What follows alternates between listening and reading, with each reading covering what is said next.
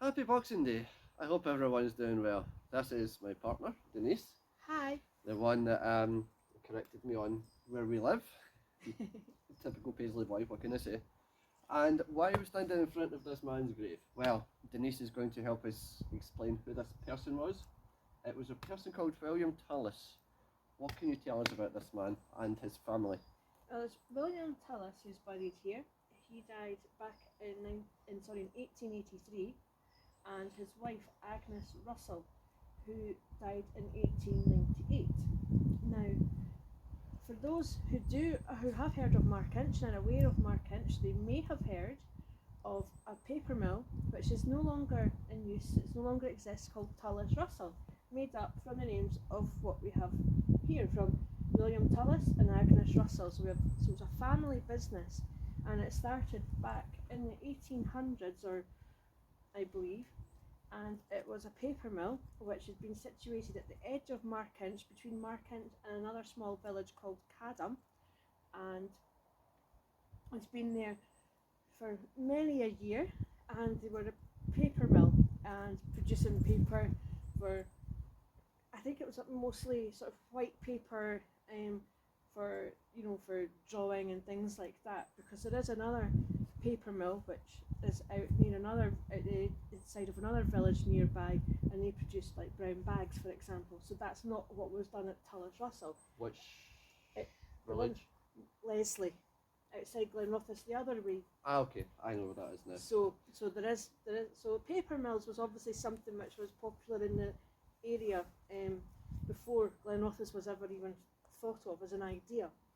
And it was a family business. I see it's combined obviously of the surnames of Mr. and Mrs. Tullis, who could take her maiden name and his name. And it was a long established family business, and it survived for many years. And as such, they had lots of directors meetings. They employed many people from the local area, from Markinch, from Woodside, from Cadham, and these areas are now kind of, apart from Markinch, Cadham and Woodside are all part of what is now Glenrothes. And as I say, they employed many people from these areas, and you would find there was a lot of families worked in these places as well. So it was a family-run business with a very family-orientated way. And my mum used to work there back in the 1960s. My mum actually worked in the canteen, and from what I can gather, it wasn't just your normal kind of pie and chips you would get for your lunch. It was proper hearty meals.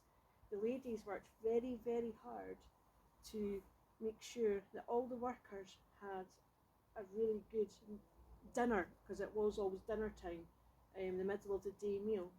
And they made sure that the workers had a very hearty meal.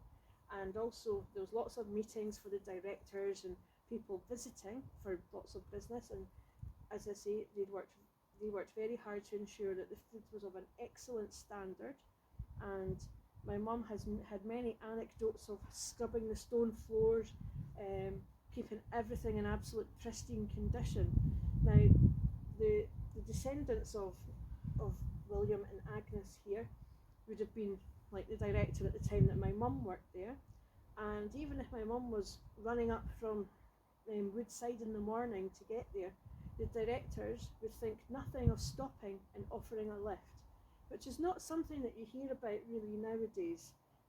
People don't tend to show those levels of kindness from people who are very senior to those who work in the sort of more, junior roles within an organisation. Or as modern day language would have entry level jobs. Sort of entry level, or just especially in the canteen and things like that. These people are not nowadays classed as very important, whereas sometimes, these people are the backbone of organisations, and people forget how much cleaners, people that work in the kitchens, are vital to the running of any place.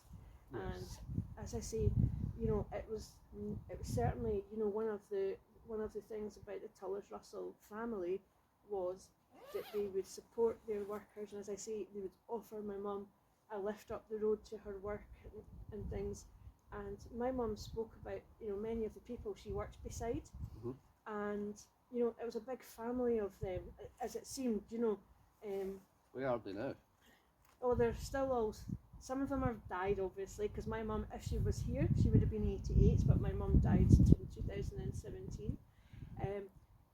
But there's a few of them have died. Some of them still exist. I still see some people that who I know still used to work at the mill, because they used to have like the Tullis Russell Mill band. So they would play at various places, their brass band. They produced I think it was a quarterly publication, which was like a magazine which gave you news. So once my mum had obviously left there at the end of the 60s, but then over the years, mum was still getting news about the mill, and even as late as the 90s, when they still were publishing this, my mum used to love to get it from one of her friends, and she would look through, she would see faces of when she used to be there, and obviously you'd probably find out, given my mum's age, that you would find out people who had died was kind of one of the main things. But it was always nice. My mum always liked to read the sort of legacies of some people who worked there, and she, you know, as I say, my mum never had a bad word to say. And it is very sad that the mill no longer exists. What happened?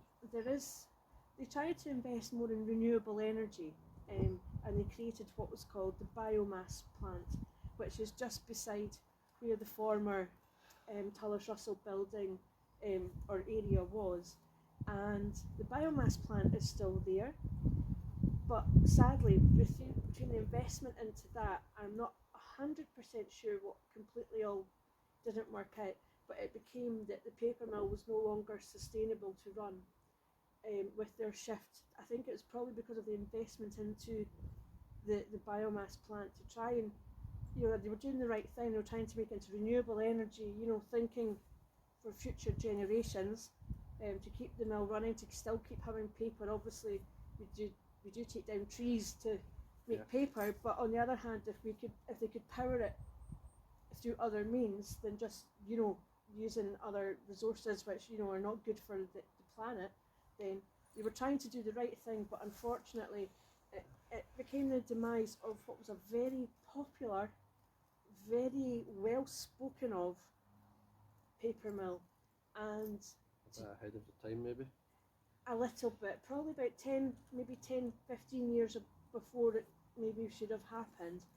There is a roundabout. It used to be called Markinch Road End when it was just the road end, but it is a roundabout now, and it has still got the sort of a plinth on it. It's not just a normal kind of name thing, and it says, and it's a Tullis Russell roundabout, and I hope that continues to always be there, because, you know, Tullis Russell is synonymous within this area.